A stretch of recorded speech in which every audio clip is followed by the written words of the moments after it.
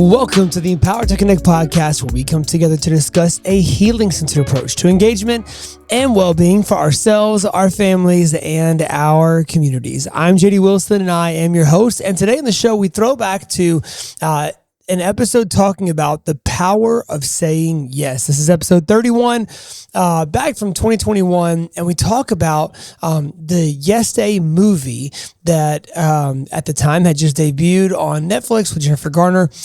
It's a great, I would say, abstract view of how we would view yes days and the principle of the power of saying yes. But we wanted to revisit this conversation because we're going to be talking a little bit more this spring about nurture. We talked through in January and kind of the beginning of the year, talking about structure and discipline. And so we're going to shift and talk a little bit more about nurture in these next few episodes. And so we thought, what better way to kick this off than by reframing kind of one of our principal ways of giving nurture, which is through the power of saying yes. So please enjoy now a special replay of episode 31 from the ETC podcast, which is the power of saying yes with me, Mo, and Tona Ottinger. Well, it is Mo Ottinger, Tona Ottinger, and I, and we are here today to talk about yeses and the power of saying yes and yes days. We were waiting for Jennifer Garner to jump on. She's not come yet. We'll catch her whenever she comes. Just kidding. She's not coming on here. But if you have seen, if you've opened Netflix in the last, I don't know, month or so, you have probably seen advertisements for the movie, The Yes Day. And I know that those of you who have been around for a long time around ETC, I got a lot of texts. I'm sure you guys did too. Like, oh my God, ETC made a movie and Jennifer Garner is in it. And no, maybe that was a blown opportunity on our part. Maybe we should have been thinking about making a blockbuster like Hollywood film long ago. We did not do that, but no, we did not. We missed that ship. It has sailed. Just a slightly different budget than we were able to pull off. But but I will say we were pleasantly surprised. I watched the movie a little bit hesitantly. Kind of almost cringing, like, all right, where is this going to get twisted and turned? And it wasn't. It was a good, fun, kind of like safe movie for your kids to watch. Jennifer Garner's super likable. The family, I felt like it was a good portrayal that had to be kind of spiced up for Hollywood. None of us, like my wife and I, Mo and Tona, none of us have gotten arrested during a yes day. I guess I have to say yet, because we plan on doing more yes days and who knows in the future. But like, we've never been arrested during a yes day, nor has our house been overtaken by foam. But a lot of the principles that were talked about in there, oddly enough, are deep-seated foundational ETC principles. And so we felt like it was a good opportune moment for us to circle back and talk about sort of the deeper meaning behind this principle of either a yes day, or really comes down to the power, the privilege of parents to say yes to their kids, and why do we need to do that? So I'll kind of start the conversation this way. Obviously, when we begin having conversations about connected parenting, attachment-centered parenting, trust-based parenting, all of those worlds, one of the most immediate critiques that pops up is, oh God, this is just permissive hippie parenting. We just let your kids do whatever they want, and you just sit by and don't do anything. You don't discipline your kids, nothing like that. That really is foundational to like our first day of class. We do our parent training classes, where we introduce the idea of balancing nurture and structure. And so, for the sake of just kind of setting a foundation and some context here, Mo, would you mind talking about that balance of nurture and structure and why that's so important as we just begin to think about our parenting approach? Absolutely. I mean, I think just to keep with the yes, I mean, we always kind of say the nurture is the yes, and the structure is the no's. And our kids need a balance of both. And that is imperative. And so they need boundaries, obviously.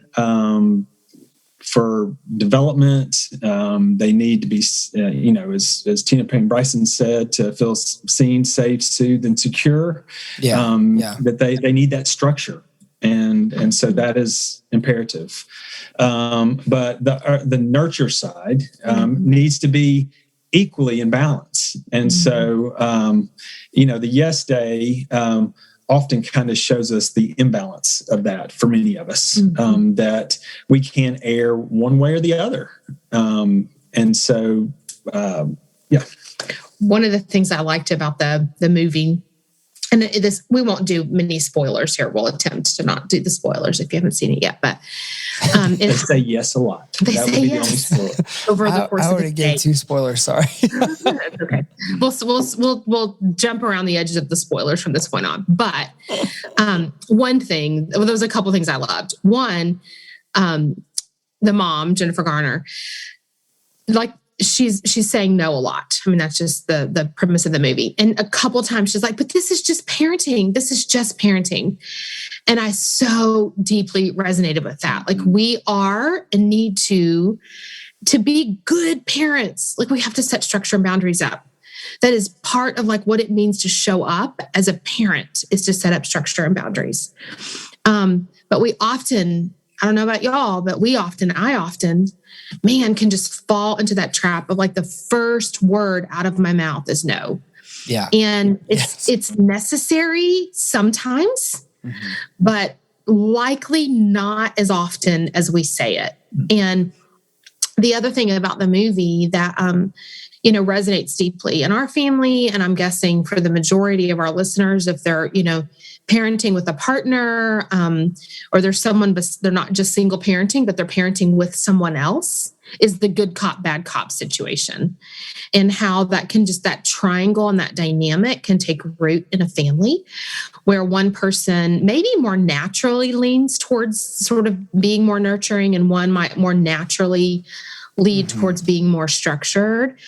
And our kids, I would say all kids, and then I would say especially kids who have experienced any kind of trauma or loss or disruption, really desperately need each caregiver to be a balance in and of themselves. As a mom, I need to show up as a balance of nurture and structure on my own, apart from whatever Mo is doing. And Mo needs to show up as a dad, as a balance of nurture and structure, apart from whatever I'm doing. Yeah. It cannot be good cop, bad cop, pit against mom and dad. That doesn't work. It doesn't build trust. It doesn't build safety.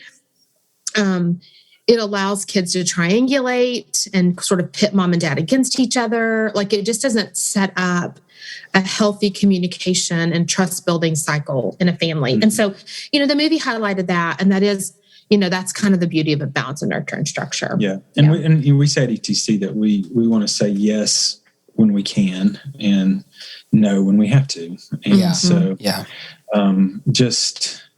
it's funny. And as I feel like in so much like the movie, I feel like I was always a yes guy. And I feel like I've gone through seasons as a parent where I am just a no guy. Yes. And yes, it's just reevaluating of this. And that's the beauty of the yes day. And I think the eye-opening part of a yes day is, across the board, when we have families do this, and just for me personally, like when you come away from a day of doing yeses, you realize I say no, I feel like 9 out of 10 times because it inconvenienced me and I don't want to say yes. Yeah. I just say no because that's just the easiest thing to do. And so I think that's always the takeaway from me is when I'm really conscious of that, I realize that, man, I'm really out of whack, that somehow I've gotten lazy, I've gotten tired, I've gotten whatever it is, whatever's going on in my world. And just the easiest thing is no. And the beauty of the yes day is it kind of shows you that. Yeah. It lets you recalibrate. It helps you recalibrate. Yeah. Well, I know a moment in the movie that I resonated with really deeply was when Jennifer Garner's talking about, I used to be such a yes person. Like I was always yes. And it shows her in her like younger days, just being spontaneous and going on adventures and doing fun stuff all the time. And that's how their relationship had progressed before they got married. And, and that they were just, they were great. And then it shows them kind of settled into parenthood, and he's like a risk management attorney for a company that makes like gadgety kind of like kid toys or whatever. And then it just shows her saying no so much. And that moment, like I have felt that like I felt like the washed up fun guy so much in our family. Like that our kids will see pictures or dumb videos of me doing ridiculous things from before they were around. And I mean, there have been moments where they're like, what? Why aren't you fun anymore? Like, why don't you do fun stuff anymore? And when we started into ETC, right out of the gate, the homework for us was to have a yes day. Now, the book or the movie talks about this book by Amy Cross Rosenthal called The Yes Day, and it's kind of a kid's book that Jennifer Garner had read to her kids, and she started doing yes days. The ETC yes day has nothing to do with that. And it's much more based in just being a parental practice that you are doing for your own observation, that you are trying to like chart out, okay, why am I saying no? And can I work on breaking that habit of giving the automatic no's, and then figuring out how I can give yeses, and how I can also try to keep from killing my kid's spirit when I have to give no's. And just one story from ours. Now I will say, this was y'all's advice to us before we did it the first time. And we have given the same advice, and we have continued this, but we have always done sneak attack yes days, and they have been covert. Our kids do not know when they're coming. Our kids do not know that they're happening. That is right. That is one big difference in this, is that you might watch the movie and be like, oh yeah, definitely not. And you might have a personality where you might have a visceral reaction to telling your kids that, and then trying to that might be a psychological nightmare for you. So just know when we talk about it at ETC, it is much, much lower key, but I can vividly remember our kids woke up, and I looked at Elizabeth. I thought, did you say to the kids that we're having yes day? Because they walked in the room, we're like, can we go get donuts this morning? And I just looked over and I was like, I don't want to get dressed and drive out there, and it's unhealthy, and y'all are going to be crazy later on. And immediately I could see the bullet points of me just being a Grinch about it and living in the future and deciding that this is a terrible idea before I even gave it the opportunity for it to be a fun experience for us. And you know what? Like it was not a bad experience. Like I had no reason to be a Grinch. Like them sharing some power with them and giving them the opportunity to kind of feel some like spontaneous control. Like, can we get donuts? We can? Are you serious? Yes. Okay, great. And we, went and got donuts, and we sat there, and this is when we could eat at, inside of places, just sat there and crushed donuts, and all of us felt so full and sugar crashed after. And we went on a walk afterward in the park and went to the playground and hung out. And so later on there was a request for ice cream for lunch. And what we said was like, hey, you know what? We love ice cream.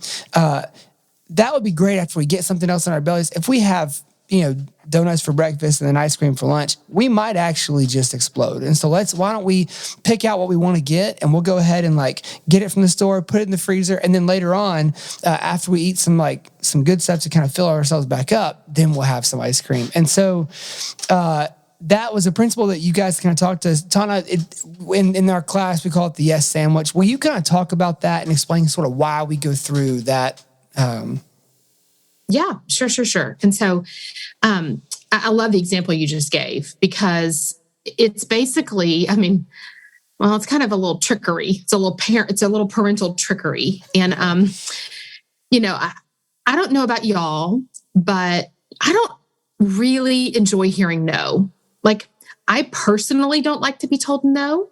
I don't think really anybody does. I think if you ask somebody something, and the first thing you hear is no, I think the brain just shuts down. Certain parts of the brain light up. Like there's something very relational and biological and connected about being told no and how we receive it. And so I feel like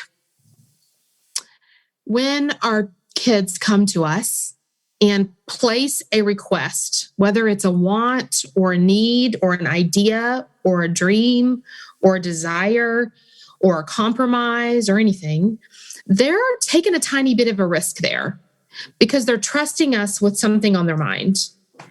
And how we proceed can make or break some relational connection and some trust.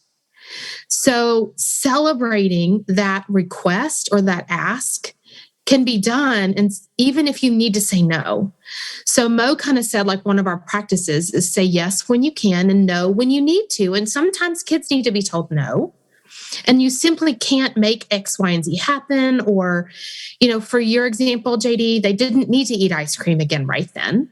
Right. But you didn't say, oh my goodness, kids, you had sugar for breakfast. You know you shouldn't have sugar twice a day.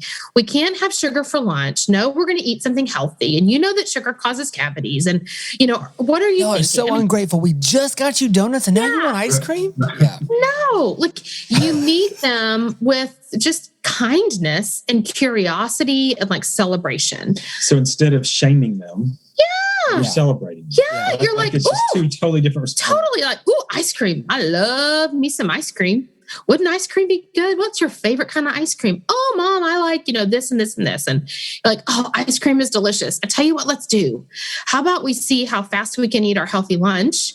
And then we'll get our ice cream. Do you want a scoop or do you want me to? I mean, you're just you're saying, yes to say no, even if it's deferred. Sometimes the deferred answer needs to be further off. So it could be a situation where, a kid asks to go to the store and it's a school night and bedtime's coming and you can't run to Target to look at the latest video game that came out or something, if you got a teenager or a tween and you're like, sweetie, I'm so glad you asked. I know that's been on your mind. Tell me more about that game. And you just kind of let them tell you all about the latest, Xbox game they're excited about. And then show me a video of it. And you're just curious and connected around the video game. And then you say, I tell you what, let's talk about Saturday and let's look at the schedule on Saturday and let's see what time on Saturday we can run to Target. And, go write it on the calendar and tell them yes by deferring the yes to another day, rather than what I think very naturally and understandably so comes out of our mouth, which is, sweetie, we can't do that tonight. Right. And then you're just, it's so deflated and there's no hope. So I really do think a lot about what does it mean to have hope deferred? And what does it mean as a parent to sort of allow your kids to have hope deferred and then follow through and follow through and follow through. And that builds trust. Mm-hmm. Yeah. So you're getting to say, yes, tonight we're going Saturday. You get to say yes on Saturday when you follow through and you get to do it with some joy and delight. Dan Siegel and Tina Payne Bryson, he has a little acronym and I love his acronym. So I'll just say this real quick because it kind of follows through with that. But it's called PART, is the acronym PART. And it's very much in line with what we're saying, like the yes sandwich kind of thing. But it's P, you're present for the request. So they've asked for ice cream and you are present and being curious with them. A, you're attuned to the feelings behind the request, meaning that sounds so great. I bet you love ice cream, don't you? Oh, I love ice cream too. And you're showing that you understand kind of where they're coming from with that. Yeah. Totally. Which if I can just say, that is often why we say no. Because we're not present for the request. Yeah. We are not, what's behind the question? Totally. Yeah. Like if we're thinking about, we're on our phone, we're, we're watching a game or whatever. And it's like an interruption. And we are not fully attuned to what they are asking and present for that. And it is just flippantly sending them off. And so, I think that's really good. That attunement part. Just you're present, you're attuned, you're resonating with it. That's the R. You're what's the word? I don't just affirming. Yeah, you're just affirming this is a cool, this is a reasonable request. This is cool. Tell me more. Yeah. And then the T of that is it builds trust. Yeah. And it does. I mean, it's just like, we have been practicing. Let me say one thing. For us, switching to being more of a yes framed family was a major paradigm shift. Like, it was a serious paradigm shift. And we'll talk in a few minutes about like some strategies you can use to shift that paradigm, like some things you can implement to sort of shift that. But what ended up happening is, after you do get the practice of like reframing how to even, it takes practice. It is very unnatural for most of us to practice saying yes, or to say yes. Then you can say something to a kid like, "Hey, sweetie, if mom could say yes to that, I would. I wish I could." Right. And so can we kind of come up with a plan? Because that's not going to be something we can do tonight. And what happens for kiddos who struggle to hear no, and receive no, and no is, hurts them, or is is touching something deep inside of them from their past, or, there's any number of reasons why we could think about no might be hard to receive. Yeah. If you have a kiddo that has a hard time receiving no, I think it's logical to think, oh, well, they need practice hearing no, and then they're going to be able to receive no with more resilience. Right. Well, it's the exact opposite of that. A kiddo that has a hard time hearing no, they do need the support to get through it if they have to hear it, and it's hard. So walk them through that disappointment in a supportive way. But actually what they need is to hear yes more. And then their window of tolerance is wider because mom and dad have been saying yes. Yeah. And now they need to hear no, and they've got a window of tolerance for it. They have some relational capacity for it. They are exhausted by all the helicoptering knowing they've been getting. And there's trust there. And you can even very gently remind them, "Baby, if I could say yes, I would say yes with so much delight. I'm going to have to say no this time. Can you trust me in that? And let's figure out a plan." Yeah. Well, it's just because they've used their voice. So often we're our kiddos are having to learn how to use their voice. And like you said earlier, every time they come to us asking, requesting, whether it's a want or a need, for many of our kiddos, that is a big, big, big step. Oh, yeah. And so being attuned and being present and engaging, you're building the trust that when the no has to come, like you said, there's greater capacity because of what you've grown in them. Well, and I one thing that I didn't really connect with this early on is kind of not coaxing, but like teaching your kids, like building in them the need to use their voice with trusted adults to get their needs met, directly then translates into using their voice to get their needs met with other adults in their lives as they're growing up, and then peers as well. And so like the end result is hopefully adult who has grown up with this ability to express their voice, have their needs met, and to see this is a good thing. I can do this. And when I do use my voice, here's the results of it. And so the idea initially seems like it stifles independence and you're killing their spirit. They're never going to understand how to hear no if you do this. In fact, it's the exact opposite building. When I know how to use my words to get my needs met, and I know that there are trusted adults that have my back, that are watching out for me, that when they do meet those needs, once my brain comes back to maturity and gets to a place where I can reason well, I get to see the full picture of knowing why yes is coming, why no is coming, when yes is coming, when no's come, how to handle those things. And so, I've heard this week, trying to non-personalize this, but an educator in one of our kids' lives, like, just praising that kid for, always speaking up and asking to clarify questions and pre-connected parenting me would have gone, well, yeah, that's kind of how my wife is. Like, of course that kid takes after her. And in actuality, no, like they're learning to use their voice and they're using that voice and they are masterfully doing so. And now they're beginning to wade out into bigger waters and use it in a scarier way. Like it's a little bit scarier to do that in a public setting where you're not sure if a teacher or principal or whoever will listen to your voice. But that's a powerful tool to have. We mentioned kind of Tina, old friend of the show, our best friend, Tina, Bryson, and Dan, and their book. And all of their books speak to this principle in some form or fashion, but they wrote a book called The Yes Brain, which is where the acronym came from.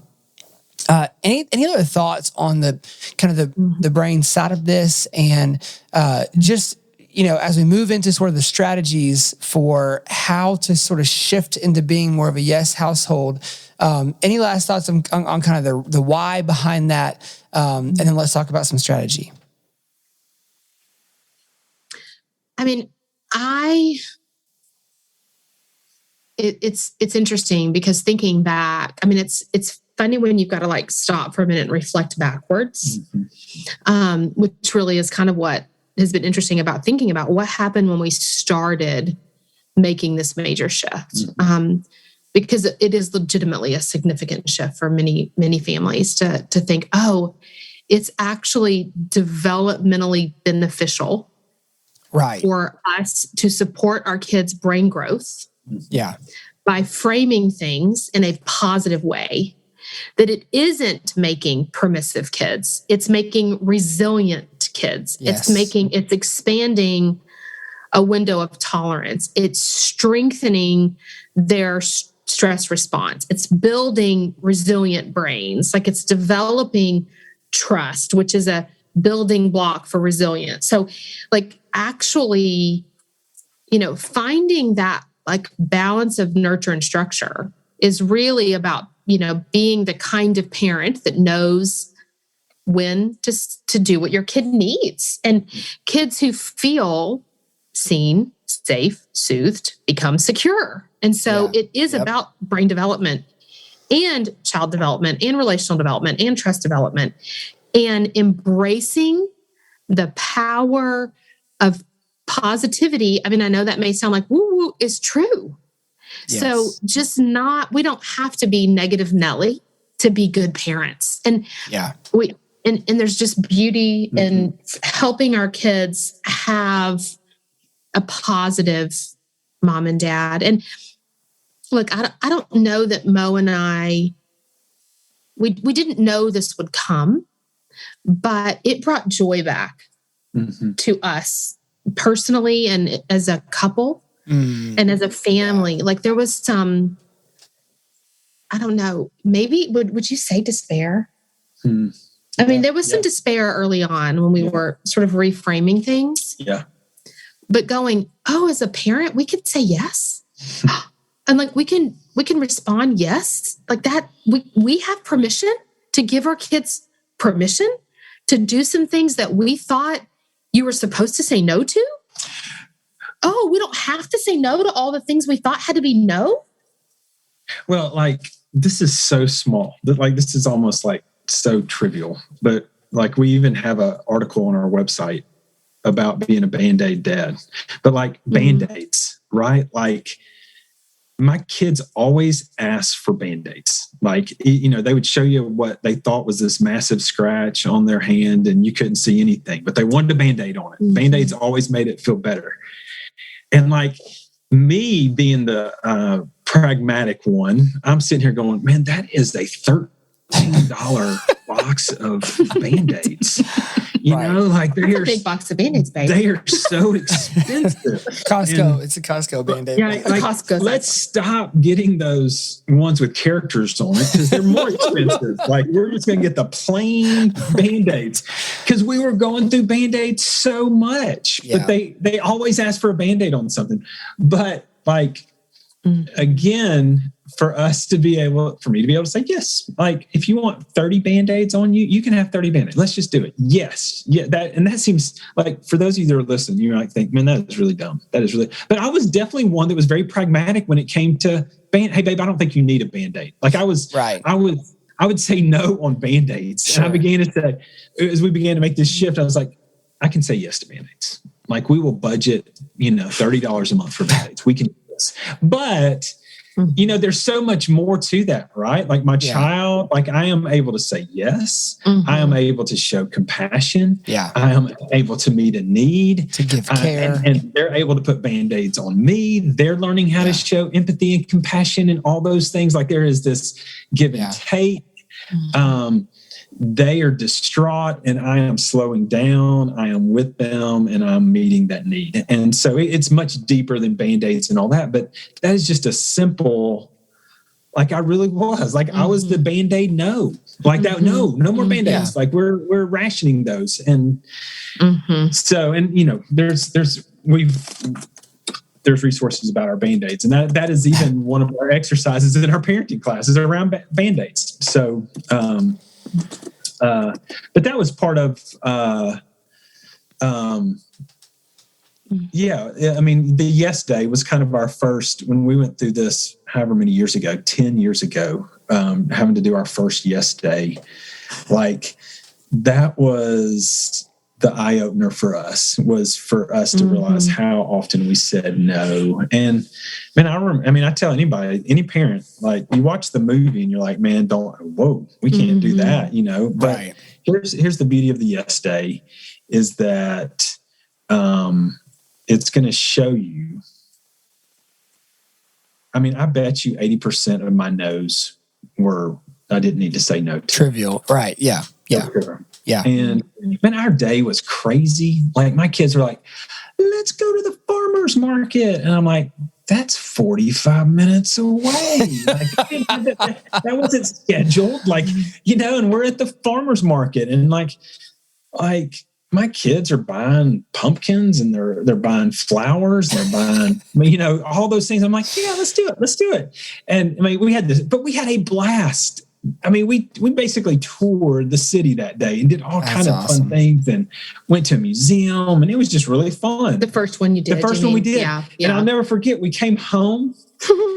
Thinking, oh man, we just did it. We killed it yesterday. We did it. But we used to have a long driveway and the mail truck came. And one of my kids who was little said, Dad, I want to go get the mail.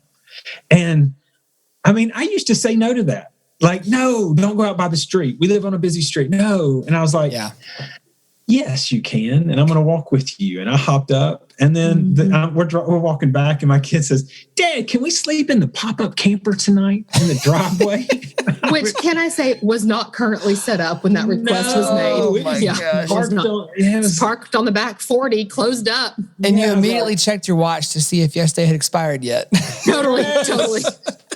But, and so, of course, I slept in a camper that night. But I think it was just being able to connect with my kids, but it recalibrated me. It began to show me like, man, Mo, you say no a lot. Yeah.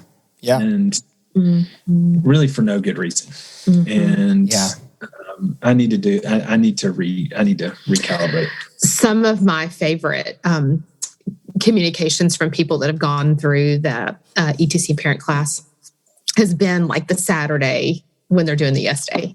I mean, we'll just get pictures of people all over the city, their kids dressed as ballerinas, walking through the zoo in high heels, just like all the fun. And I mean, I'll just say there have been a few puppy dogs. I do think some people have said yes to some pets. We do not take responsibility for that. That's right. And Well, I think in those instances, the kids have been asking. They've been saying no, and they were to that place where they were ready to say yes, and it gave them an opportunity to. So yeah. So I'll say a couple quick little just caveats kind of around Yes Day. So for those of y'all that are thinking maybe it would be fun to do, again, don't tell your kids it's coming. That's not something we would recommend. And just wake up and be curious about, and if you have kids that they just are not used to asking you for something because they're going to assume you say no, or like that just isn't the way the family rhythm happens on Saturdays. You can say something like, hey, sweetie, what do you want to do today? Well, I'm going to try to say yes to whatever you want to do, and like prompt them a little bit, and kind of give them some ideas. I will say, and I would say this would be true for, one or two of our kids, and lots of families will say, well, I have a kid that just never asks for anything. Yeah. And I think that is an important and needed observation. Mm-hmm. If the kiddo is not placing requests, why aren't they? Like maybe, and how can you support them in coming up with a day where they might feel like they can get their needs met in a different kind of way. So, if they're just not used to being directive or asking or prompting what they want, then you can prompt them. So that scaffolding we talk about, where you kind of help them to. So it's probably you leading some asking some leading questions and kind of prompting. Hey, we're gonna go out for breakfast. Where do you want to go? Instead of them, because they would never say, "Can we go to get donuts for breakfast?" Right. And then you can even give choices, like if they kind of freeze up. I mean, we have had some families say that their kids have actually like dysregulated and have gotten maybe a bit out of sorts and somewhat out of control. And I think that's also an important observation. Yeah. Because it shows that like what just happened there is mom and dad changed the rules of the game. And kiddo is feeling some insecurity or anxiety, or this isn't what we know. And so mom and dad just started saying yes. So just be conscientious and careful. And that's the reason behind not like when you do the Yes Day movie deal and you're like, we're having a Yes Day. There's a few guidelines. You can do whatever you want. One, you got to have a big bankroll behind you for all those requests. But two, that doesn't work for every family, every situation, and every kid. And so that is one of the reasons that you want a ramp, like you want an on ramp to Yes Day. You can't just skydive for Yes Day right out of the gate. I mean, it could be, you could say, we're going to, go anywhere you want to eat for breakfast. We're going to go do a fun activity in the afternoon, and then we're going to do whatever you want tonight. I mean, you can put some, parameters around it if you need to sort of prompt your kids. Y'all get the idea. I mean, the goal for Yes Day specifically is to see why you, as a parent, tend to say no. Yeah. And then apply that to the rest of the way you are with your kid. Right. It's not just a one and done exploration activity. It is to help start shifting a paradigm. Well, and so I think a great example is just a shift. Like, let's just talk food for. Yes. Can we talk food? Of course. That's a great idea. Yeah. It's a great idea. Well, I mean, oftentimes, I feel like we're always saying no around food or, don't eat this, or no, you can't have that right now. Dinner's coming, like all those sort of stuff. Yep. And we began to realize that, our kids, they didn't want to just eat at 8 a.m. and 12 p.m. and 6 p.m. and be done, right? Like it seems like every 10 minutes there is something they are wanting. And we would say that that's important, actually. The kids need to eat every 2 hours. Absolutely. So, that is very important. And so how could we do that in a way that, they will probably always gravitate toward Little Debbie or, Swiss Miss roll or candy bar or piece of chocolate or, all those things. As do adults, and right? So, as do we. Yeah, they're no different than me. Right. And so, for us, we've got a, it's now a basket. It used to be a bowl full of fruit, vegetables, things that they know is always a yes. Mm-hmm. And, we may have to limit. They probably don't need to eat 10 bananas in a day, but we can say yes, and, we want to say yes as much as we can. And that was giving them opportunities. They know what they can ask for, what's good. I mean, the nuts, the almonds, those types of things that, Yeah. Early on, another thing that we did that was like just a major, because we needed a heavy reset is, we did something called a yes jar, which is kind of known in the world of Empowered to Connect and connected parenting and TBRI. And it's basically saying, I'm going to fill this jar with things that I can say yes to. And this can be a really healing, like incredibly important reset. And so it's when our older kids were little and we need it, like kind of during the same time of like, we got to reframe everything. We sort of set up Mo just kind of said it. We had 2 drawers in our kitchen. We're going to say, I crack up. Some people call it a yes jar. Tona called it a yes Rubbermaid tub. it was always or nothing. I don't know. Like go big or go home. I don't. That's right. I can't even pretend to not be who I am. Right. Yeah, that's true. Well, I had 3 or 4 different opportunities for them to go to something. Yes. Yeah, that's right. So there was like a healthy yes place, and you can. This is always a yes, and then this basket of goodies is a yes once a day, and then this jar is a yes all the time, and it might have gum and some little candies in it, or some little dollar store treats or treasures or stickers, or this is our kids were like elementary age or something at this time. And it was good because what it did is it built in like natural opportunities for our kids to risk asking, because they knew the answer would be yes. So if you've got a kid that is, more timid about asking because they assume it's going to be a no, or they've sort of think grown-ups always tell me no, it can be like a heavy, hard reset.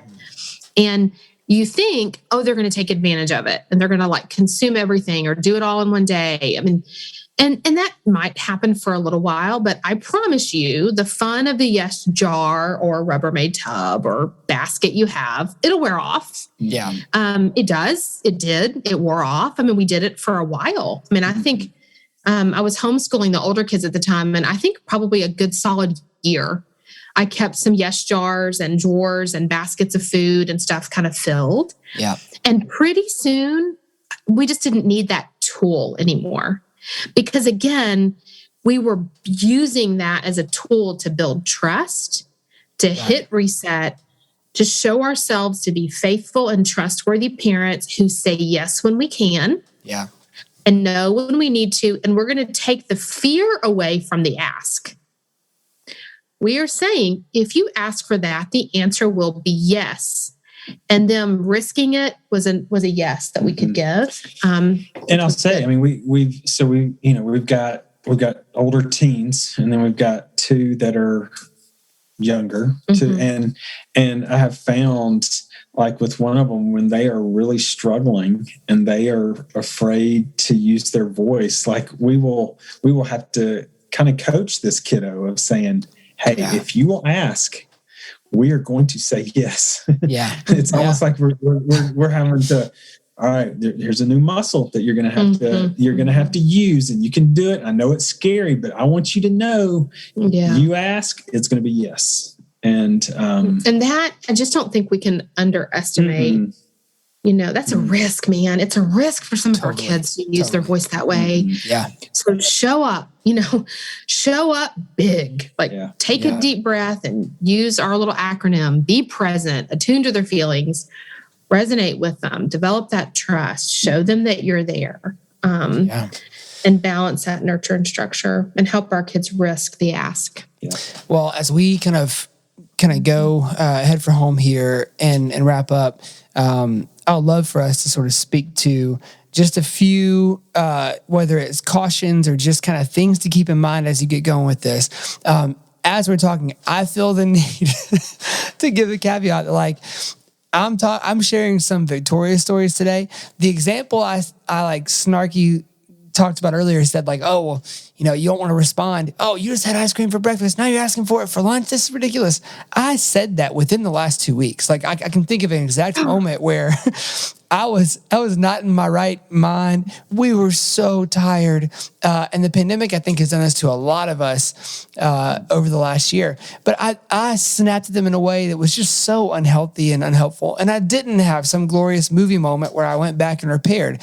I kind of had to stumble back with each of them later and just, sort of like tail between my legs, like, oh, y'all, I'm sorry. And they're like, we know you and mom were mad. She already apologized. And so this is hard.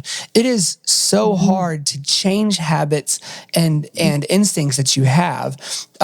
One piece of advice I would say that I would give, it is so helpful to be able to reflect on why and how often you say no, or why and how often your buttons get pushed during this process of kind of starting in this conversation. So, thinking through, this day I said yes about this, I said no about this, no about this. I was so angry about that. When you have these visceral moments, take a second, even if it's just, run to the bathroom real quick and make a note in your phone so that once the dust settles on your day a little bit later, you can go back to go, okay, now why was I in this space? Like, why did this trigger me so badly? We've talked about this all year long on the show, but that reflective self-care of being curious with yourself, figuring out why certain things are setting you off is going to help you in the process of giving structure and nurture to yourself as a parent. And so, that the moments I've had this week of being so frustrated as a parent, like, it has helped to reflect on those and then to bounce back a little bit, because then you give yourself a pretty easy win. If you reflect on it, it's going to make it a little bit easier for you to instinctively the next day sort of correct course and go back. So that'll be my advice as you're starting into this process. Any thoughts from you guys on just tips or tricks or just fun, easy kind of advice as you're starting out? One thing, when you were just talking, JD, something came to mind that is maybe worth thinking about.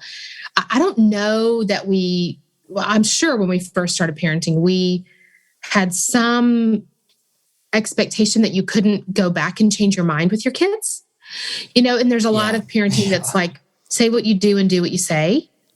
Well, when you are trying to learn a new way of reacting, so you're trying not to react and you want to respond, we will react in ways that we want to stop and do something differently. Yeah. So can we just sort of say, look, we do need to follow through, but it's okay to go to your kid and say, hey, sweetie, when you asked me that, like, I just automatically said no. And I've taken a minute to think about that. And I think that can be a yes.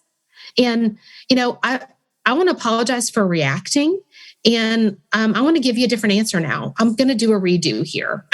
Just to sort of allow ourselves to redo and to feel the freedom to model for our kids that you can react and you can repair and you can change your mind. So that's one thing I don't think we've talked about around how to say yes when your automatic reaction might be no. Yeah. Yeah, I think JD, this is like, it's such a gift for both sides of this relationship, right? Like, you're teaching things for your kid to learn, and trust is being built. But I know over the last, our last string of episodes, there have been a lot of self-reflection and a lot of, and this is also the real gift here of this tool. This is a parenting reset. And so, don't lose sight of that, right? Like, I don't want people to this is a real gift. This was a for us, it seems so crazy when we went through, first it came to ETC and however many years, 10, 11, 12 years ago, and we had to go do this yes day. And it just seems so mind-boggling. Yeah. But to stop and reflect, and oftentimes we talk about having a growth mindset. And I just think sometimes not sometimes, lots of parents just get in a rut, and we just kind of go and go and go, and we can look up and, a year's gone by too. And I just, on a bigger scale, just the growth mindset of this is going to help my relationship with my kids. It's going to help my kids. It's going to help me grow as a person. Yeah. Just to have a growth mindset of, man, enter into this and see what you're going to learn about yourself and what it's showing you. You know, when you said that, the other thing that's interesting is this supports kids' behavior too. I mean, Mo said, don't lose sight of that. I will say, I'm not in any way, shape, or form saying that our kids behave perfectly all the time. They don't. They have struggles. Right. They do have struggles. As we as parents. Yes, they do. Yes, we do. Yes, we do. Don't do this perfect. Yeah. But I think we can genuinely say we very seldom have to say no, which is not where we were when we started parenting this way. Like, as a set of parents, we very, very, very seldomly have to say no. And I think it's probably a combination of we've realized we don't need to say it as much as we thought we did. Yeah.